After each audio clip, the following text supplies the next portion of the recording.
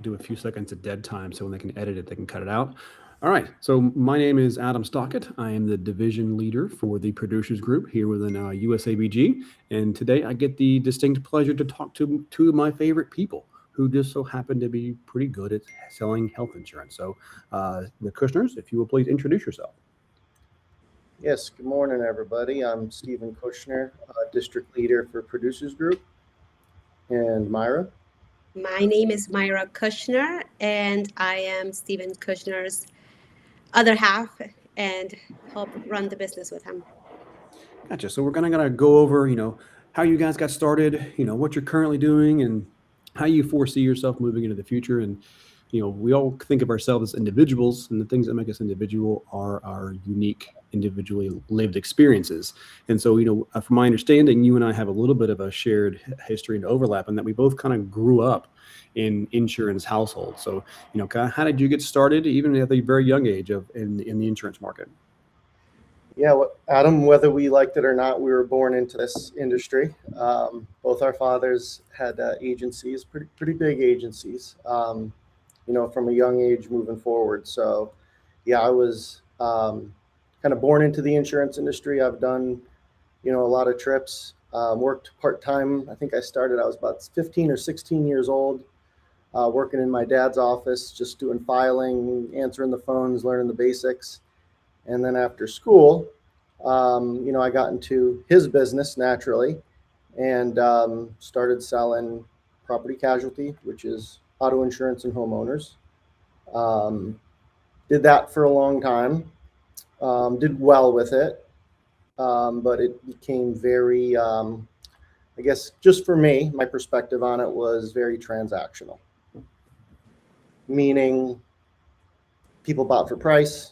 And it was a great place to get my feet wet, but it was hard to build, big book of business because of the transactional nature of the sale, if that makes sense.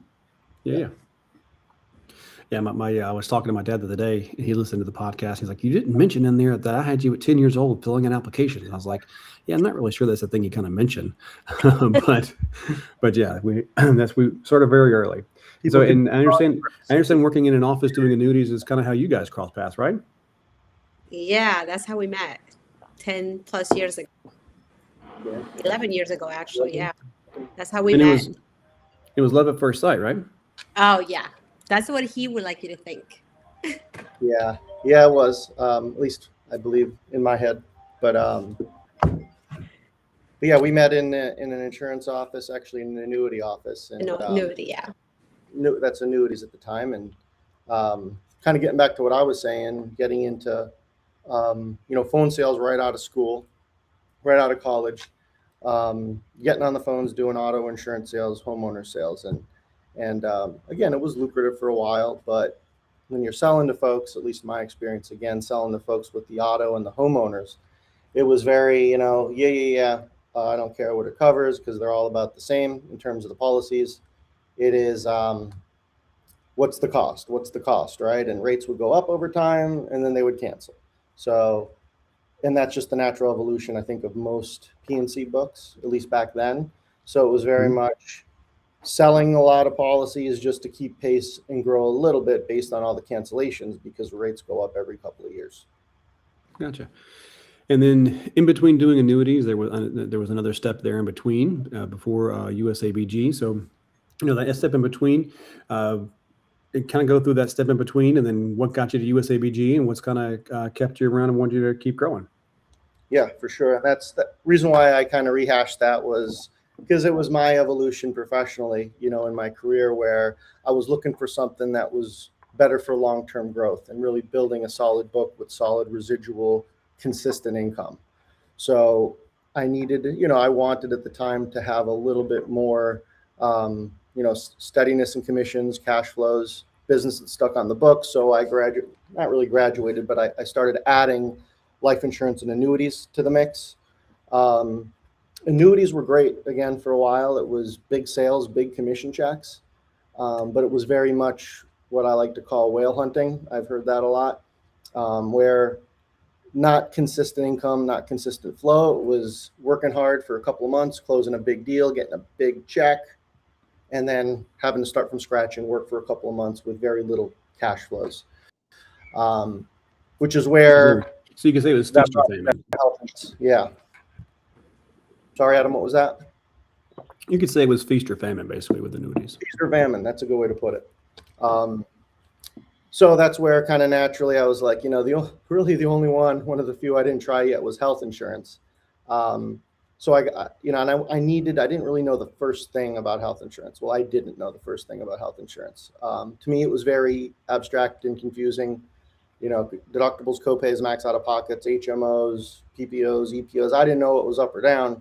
So I wanted to start with an established company to kind of learn the business. So in 2019, around there, I got into a captive big insurance company, and I was a captive agent, and that started the whole 8 a.m. to 10 p.m.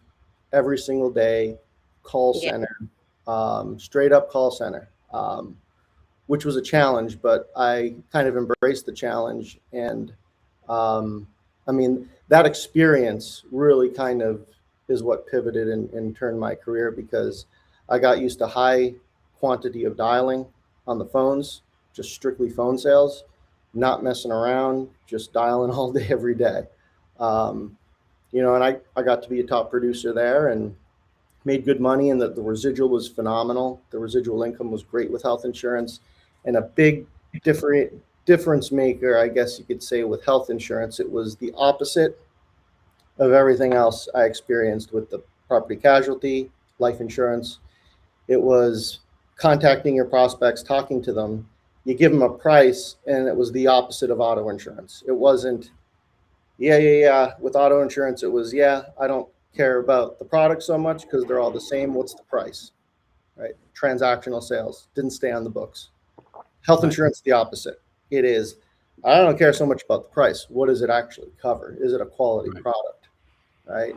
So it's a much more consultative sale. Business stays on the books. You build residual probably 2 or 3 times as quick as I did in P&C and life insurance. And that kind of started that domino. Gotcha. And how did you come across USABG? So after the game of call center dialing, which again I'm grateful for, really thickens your skin up pretty quickly. Dialing 300 times a day. One of my mentors always says, work is a 4-letter word, so you got to work. It's not always fun, but I did get tired of the 8 a.m. to 10 p.m. grind. Myra, my significant other here, my boss in the office and in real life, she was about to leave me, so I was never home. So a lot of it was I didn't have a choice, but it got to be a grind. Money was good, but it was just I was working 6-7 days a week, 12 hours a day, no life. And again, it was good for a while, but then it was like, okay, I got to do something else. Hey, I've learned a ton over my insurance career, whether it's working in an agency setting, the transactional sell, auto, homeowners, life insurance, annuities, sold a ton of that stuff, right? And now really finding my home in the health insurance industry, I knew I wanted to stick with it. It's just, where was I going to go? In the captive setting, I focused on what I didn't have and what I wish I had. And then I made that list, and then I applied it to finding an independent FMO to partner with and to start building my own book 100% independent, right? Came across USABG.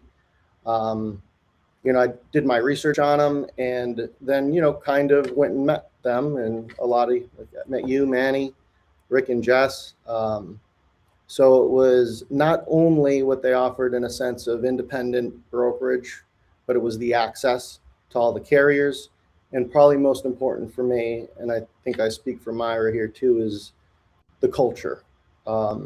It's very family oriented. And I know that's cliche, and a lot of places say that, and a lot of times it is, but it's not about just sell, money, which is great, but it's, hey, do it the right way, there's a process to these things, right?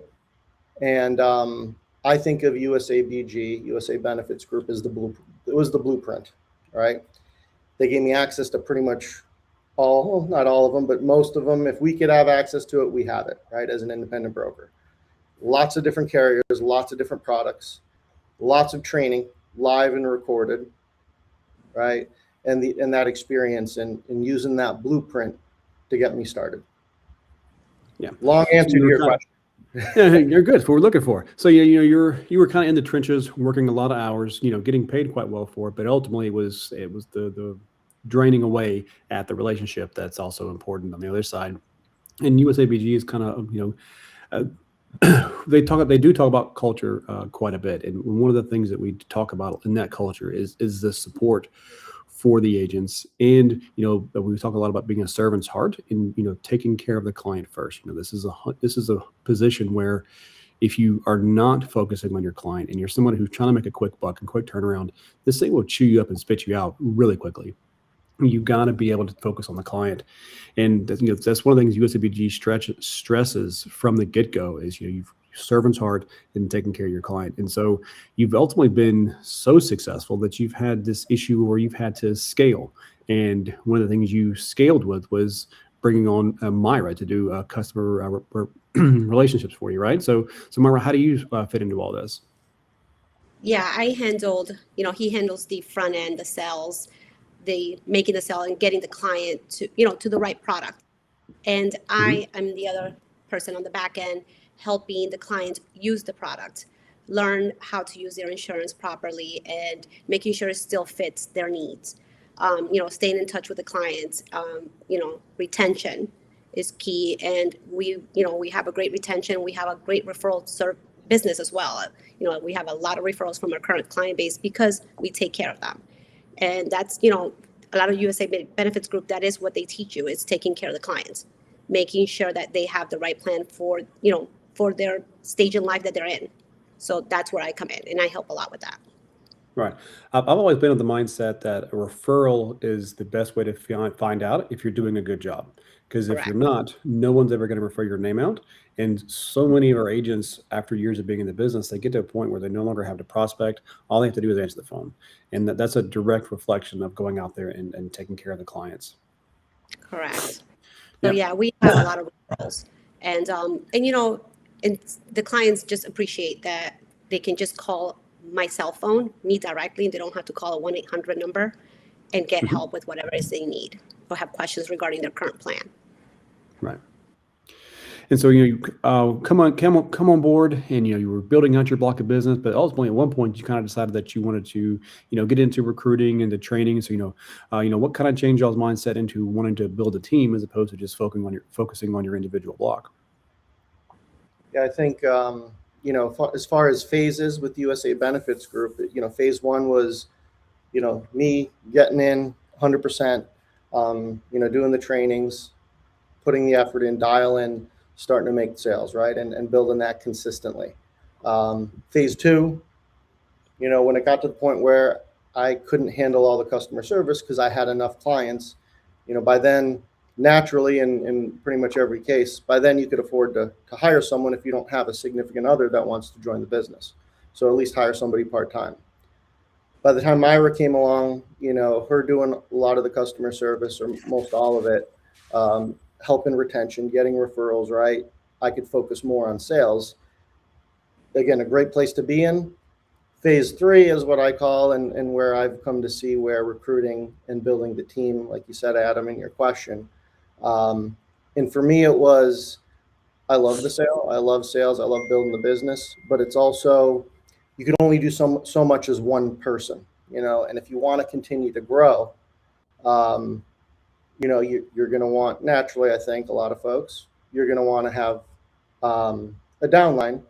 And it's also, for me, a big part of what I do is, we'll call it, carrying the message in a sense of, what I learned. I have the blueprint that I got from USABG, and if I want to maintain this and stay successful, I got to pass on that blueprint too.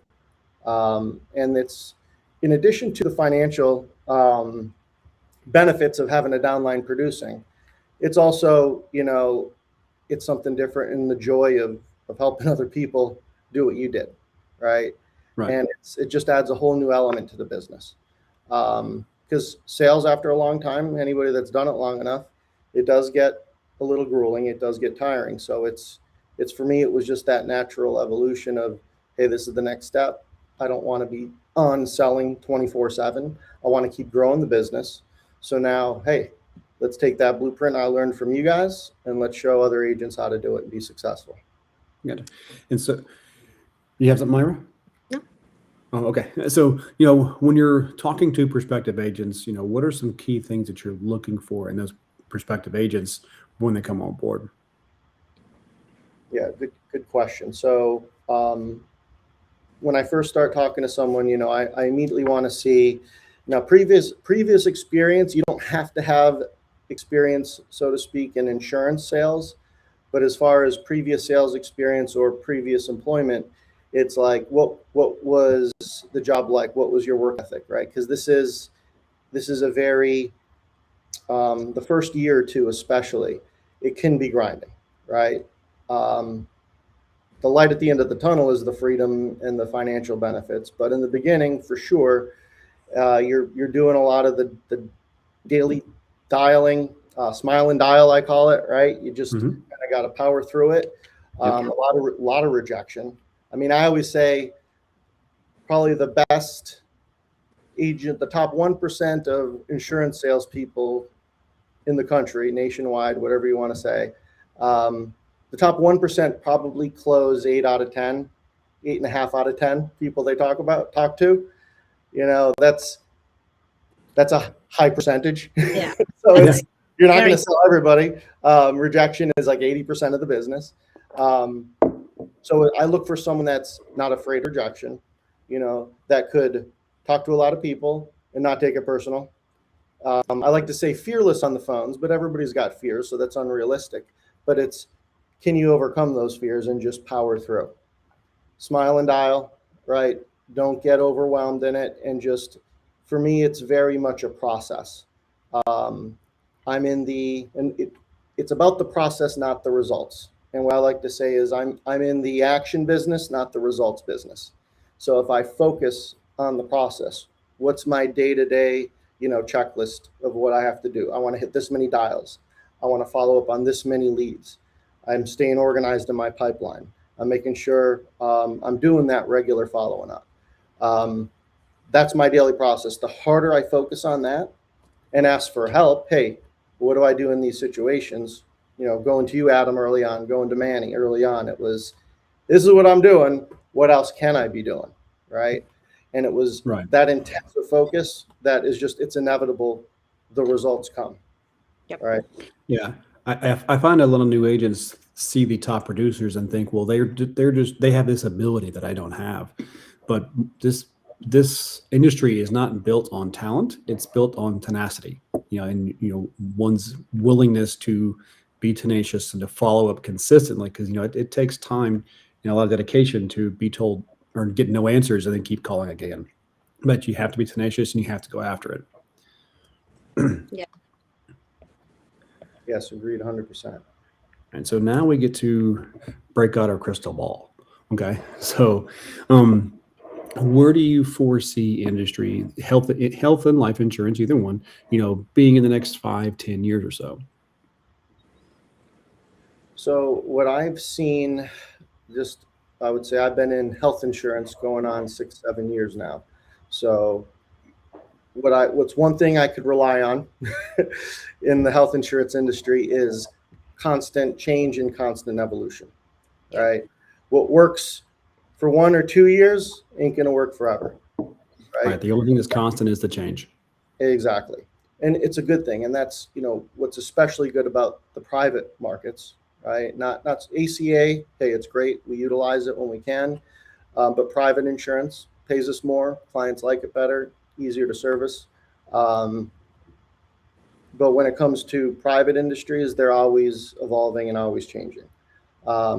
We have plans that we have access to today that I wouldn't have believed it would have existed in 2020, right? So it's the natural, again, natural way of what works one day, what may not work the next day, and you have to be constantly adapting to that. That's another huge benefit of USA Benefits Group, because I'm busy servicing customers, watching my bottom line, making sales, training agents, making sure they're successful. I don't have time to be in contact with different carriers and doing all this research to see what new is coming out. USA Benefits Group over the years has had us on the cutting edge of access to new plans, the newest, best plans that come out. So I could rely on them to do what they do well, and we can focus on what we do well. Right, and that's something that USABG has kind of been doing for a while. Being brokers is an unbelievable, almost like insurance superpower, because you're never stuck having to sell just one company or any one kind of coverage. As we've seen even in the last decade or so, as the administrations have changed, product availability, products that were on the market were perfectly viable, we did a lot of business with, were just completely removed. And there's been multiple times over the course of my career that we thought we were over with. We thought that the market had shifted too much, this or the other. But being brokers always allows you to shift around it and do what's best. It may hurt for a little while, but you're going to come out better on the other end. So what are y'all's plans for the Kushner agency over the next 5 to 10 years? Yeah, so I think, over the past 4 or 5 years now, we've established a solid residual base. I couldn't dream of having the amount of residual income we have now before I even get up and go to work. And if I were to make 0 sales in a day, a month, a year, that residual is solid. So the next phase for us is using that to continue to grow steady, right? A lot of that is recruiting. Also to throw in another added benefit of being independent, it's, the freedom to do with it what you want, right? We travel a ton. We've been, Adam, where have we been just in the last few years? Mexico, Canada, France, Greece, going to Spain in a few months. And that's not even to mention a bunch of places within the country domestically. So it's like we work from anywhere we want. We make our own schedules. Sure, some weeks I'm working 50, 60 hours a week plus, especially during open enrollment.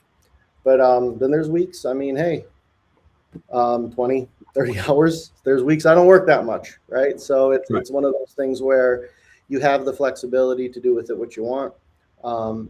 And I think our goal is continue to follow the blueprint that USA Benefits Group has laid out, because the amount of progress we've made as an agency, but as USA Benefits Group as a whole, especially these last 5 years, I never would have believed it would have grown as much as we have, right? So if it ain't broke, don't fix it. We're going to keep following in the footsteps of those that have been doing even longer than us.